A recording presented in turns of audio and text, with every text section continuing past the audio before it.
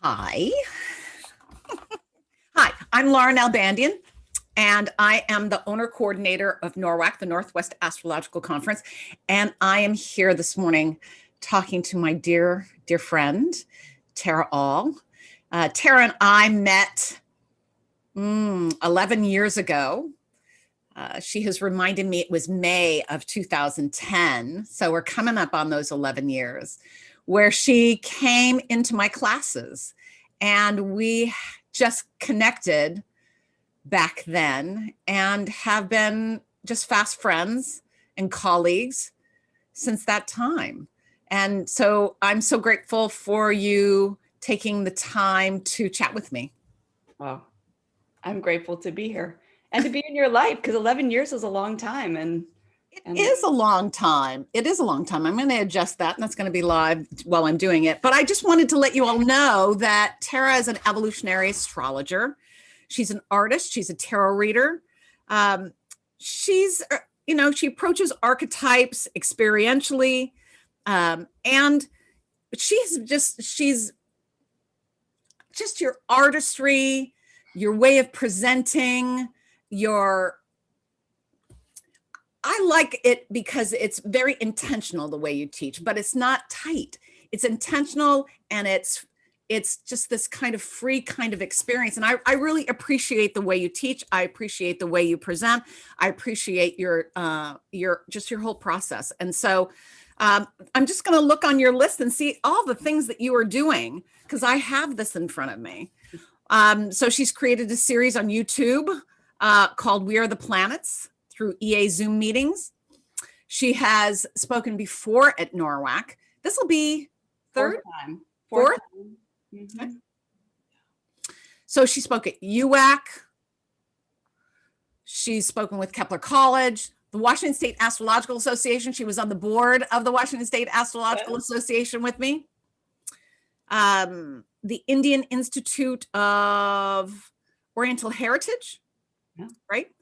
And gosh, you've done lots of radio podcasts. You're published in the Mountain Astrologer, astro.com, Infinity Astrology Magazine, Celestial Vibes. And she's currently the resident astrologer and lead writer for Sage Goddess. And you can find more about Tara All at taraall.com.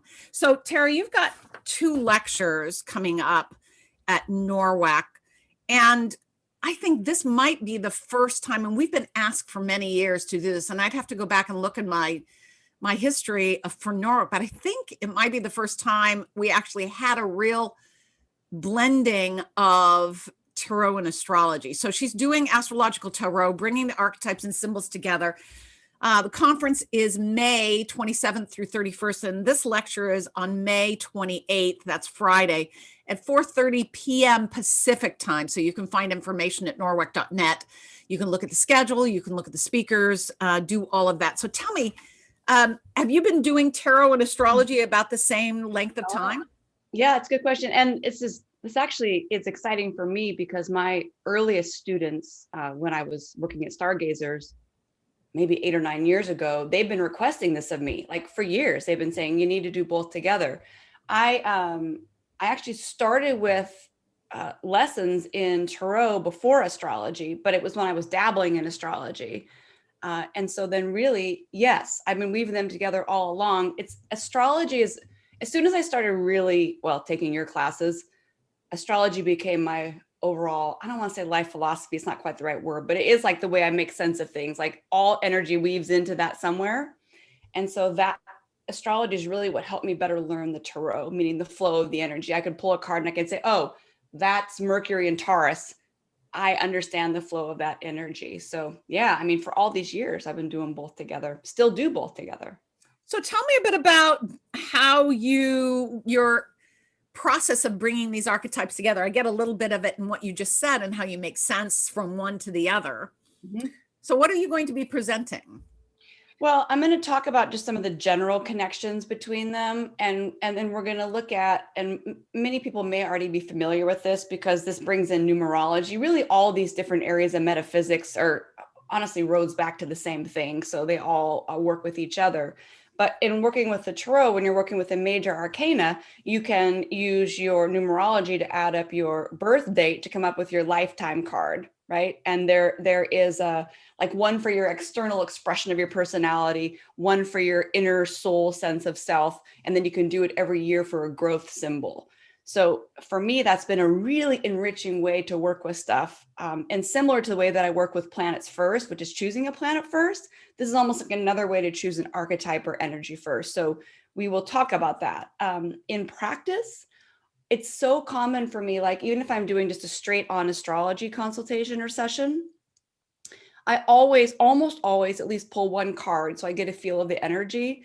And almost always the two support each other. And one of the ways I help my clients, especially if they're not super geeky into astrology, is I can say, this one card you could work with, the same way as I say this one planet you could work with.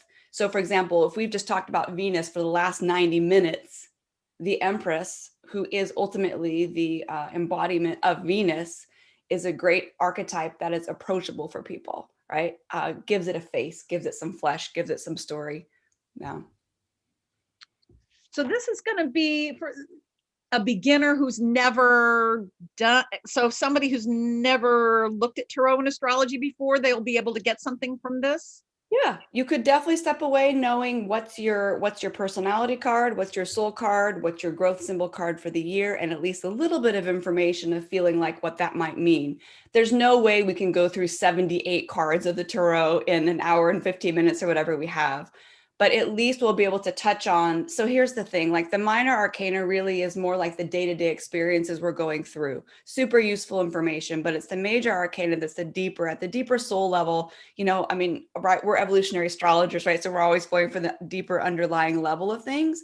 That's what the major arcana does. So even if you're looking at a bunch of cards that talk about, oh, perhaps money difficulties and stress and putting your, sitting on your own creativity and all these frustrating things, it's the major arcana card that would show you underneath what you're trying to learn or grow through, why you might be attracting those experiences. So we would, and that's 22 cards. We can reasonably look at least bit by bit what those look like and feel like.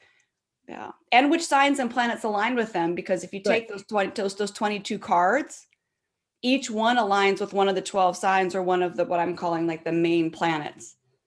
And they pretty much go in order from Aries to Pisces when you go through, which is interesting as well. Nice. All right. So your second lecture will be Yeah. on Saturday, May 29th at 2:30 p.m. Pacific time. Yes. And this is called Moon and Planet Phases, a Doorway to Self-Discovery. So you say moon and planet phases. Is this the phase between a particular planet and the moon? Or all that, so you're looking at inner planets as well as outer planets to the moon, or the moon to them. All right, so tell me a bit more about that. And this material is all based on a book called Astrology by Moonlight. That's a book that I co-authored with my friend and colleague Ashwin Subramanian. This is going to be released in December. Llewellyn's the publisher. So this material all was born in this book, which has now been, ends up being a couple-year process. But this all started with Ashwin and I really just, well, we met synchronistically, but that's a different story. And we were just really chatting. He's Vedic he lives in India, Vedic astrologer. And so we started talking about the moon, right? The moon. And he was talking about how in Vedic astrology, the moon is mind. So we started really talking about just the moon and Mercury first. And then we wrote this big article on comparing the integration between the emotional mind and the rational mind and how that shows up in our lives and works. And we wanted to publish that article, but it was really kind of long, and who we wanted to publish it at first didn't want to publish it. And then Ashwin's like, why don't we just expand it into an entire book? And so that's what we did. We spent the whole next year, we just took the moon with one other planet at a time, right? And we would go through and flesh it out. The idea, it's, and this is certainly like Dane Rudhyar, I mean, is the pioneering founder, right, of these solar lunar phases. So it's rooted in that work.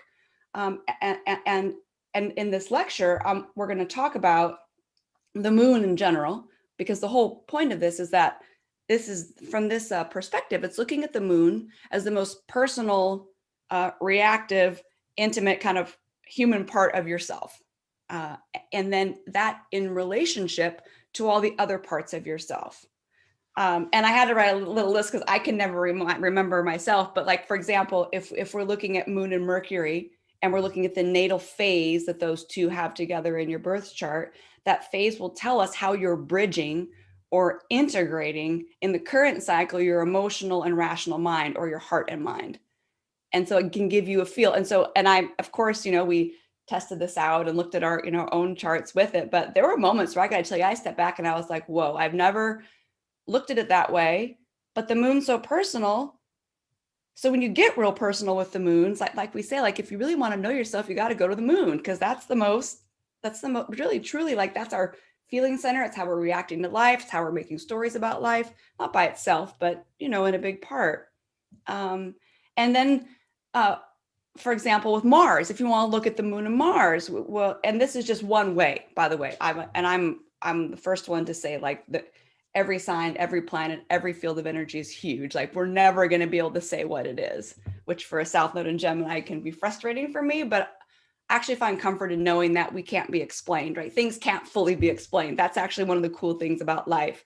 This one way of looking at Moon and Mars is, think about Moon as like our natural reactions to things versus Mars, our action, right? So when you're trying to like look at those two parts of yourself, how you react versus how you act, one way to look at how that process is integrating is by looking at the Moon and Mars and the phase they're in. Is that new? Is it something new you're trying to figure out, or have you been doing it for a long time and it's last quarter or balsamic and you're finally getting, last moments of awareness before you move on to something else? And also with Moon and Mars, we always have like when I say reaction and action, that's like the big title of that chapter, but it's also about belonging versus breaking out. So if you want to look at that kind of internal struggle within yourself, which always externalizes so we can see it for ourselves. Moon, how am I belonging? Mars, I got to get the heck out of here and do something else on my own.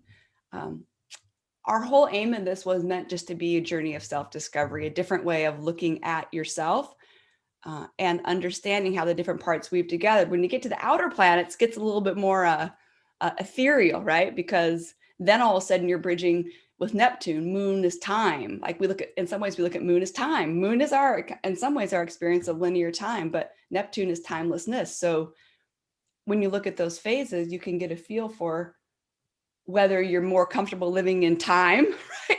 Or maybe you're more comfortable in timelessness. So yeah, it was a super fun and growing time, like just working on this material. Sometimes you just tweak stuff a little bit, right? One little change of perspective or perception, and you have a whole new view of yourself. That was really the whole aim of the book. And the lecture will be the same way, is to look at what is it like if you really get in with yourself, get in intimate with your moon, and look and see how that part of you, or you can even use like evolutionary astrology, we would say ego self with the moon, right? How's that ego self-identity personality part of myself? How is it dancing with all these other parts of me that are simultaneously happening? And I like that framing. How are they dancing together? How are they interacting? How are they communicating? How are they? But I think dancing is a really good frame for that. And evolutionary astrology, for those who may not know, we use these planetary phases, right? We're not just looking at the sun moon. We look at the phase between any pair of planets, whether they have an aspect between them or not. And this tells us information. So whether so for instance, I have, I just give an example. I have Mars at 21 Taurus and I had the moon at 10 Taurus, right? They're not in aspect to one another. They're very wide, the moon moving into it, but that's called a balsamic phase because the moon is moving into the Mars. It's faster moving than the Mars. So phases are juicy. They're amazing. I'm so psyched for this lecture and so proud and excited for you in this book to be coming out. When is it due? December 8th is the published date in the US, but Llewellyn says it should be available for pre-order in June. I don't have a hard date on that, but December 8th is the US release date. All right. Well, I think that there's a lot to be gained. Well, as I've already said, there's a lot to be gained out of phases that you can't get in other ways in the chart. And you're right about the moon. I mean, I agree with you in the sense, in that way, that the moon is so very personal. It's a place that we live within ourselves more intimately, because it's emotional, because it's feeling sensation, because it is that day-to-day rhythm of the rise and fall and the rhythm of our experience at that level, at that emotional level. So seeing it engage with all those planets specifically, I think is fantastic. So thank you very much, my dear. Thank you for taking the time. Thank you for your work. And I love you very much. Well, I love you, and it's always my pleasure. And NORWAC was like my home base for astrology conferences, so I'm always thrilled to be a part of it. Thank you. You bet, baby. We'll talk soon.